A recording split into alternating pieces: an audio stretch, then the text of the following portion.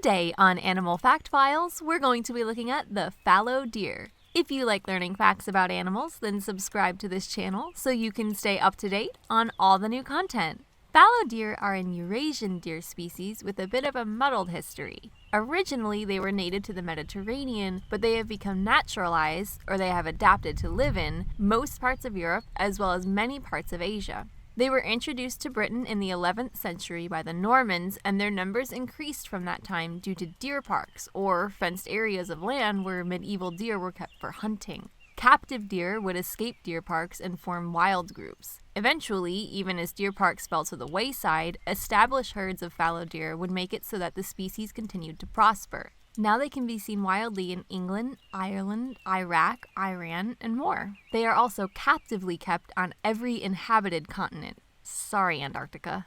They tend to favor wooded areas with underbrush and large grassy meadows interspersed. They're considered a mid-sized deer and could be seen as just slightly larger than the domestic goat. Males are slightly larger than females, averaging around 150 pounds in weight, with females at about 90 pounds. Male shoulder height is about 3 feet, and female shoulder height is around 2.5 feet. Although it's possible for a female fallow deer to grow antlers, it's highly irregular and usually caused by a genetic abnormality.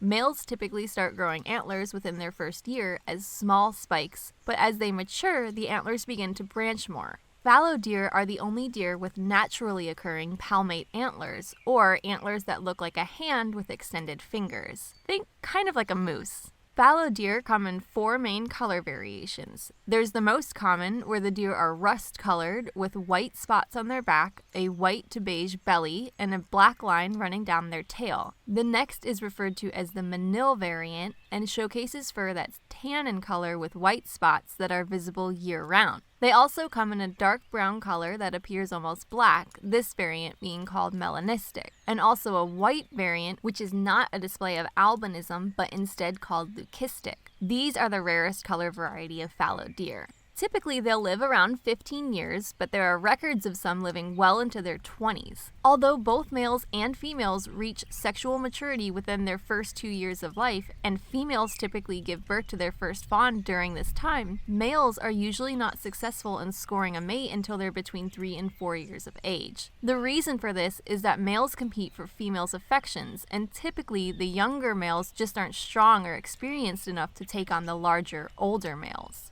During the mating season, which occurs roughly between September and November, with October being the peak of the season, fallow deer can be found together in large herds of mixed sexes. However, after this time, the large groups tend to disperse, with males forming bachelor groups of around 5 individuals and females sticking with groups of other females and fawns. The pregnancy of a fallow deer lasts a little over 30 weeks, and they tend to give birth around June or July. Fawns usually weigh about 10 pounds when they're born, meaning they're just a little bit smaller than Chester. Of course, fallow deer get much bigger than our fun-loving house cat. By eating grasses, leaves, tree bark, and berries, fallow deer will continue to grow until they reach their adult size. While growing up and throughout their lifetime, fallow deer have to be on the lookout for wolves, bears, and large cats, such as cougars or lynxes. There are actually 2 subspecies of fallow deer in the world. There is the European fallow deer and the Persian or the Mesopotamian fallow deer. The Persian fallow deer is considered by some to be the rarest and least known mammal of its size. It's endangered in its natural environment, although reintroduction efforts have been made for them.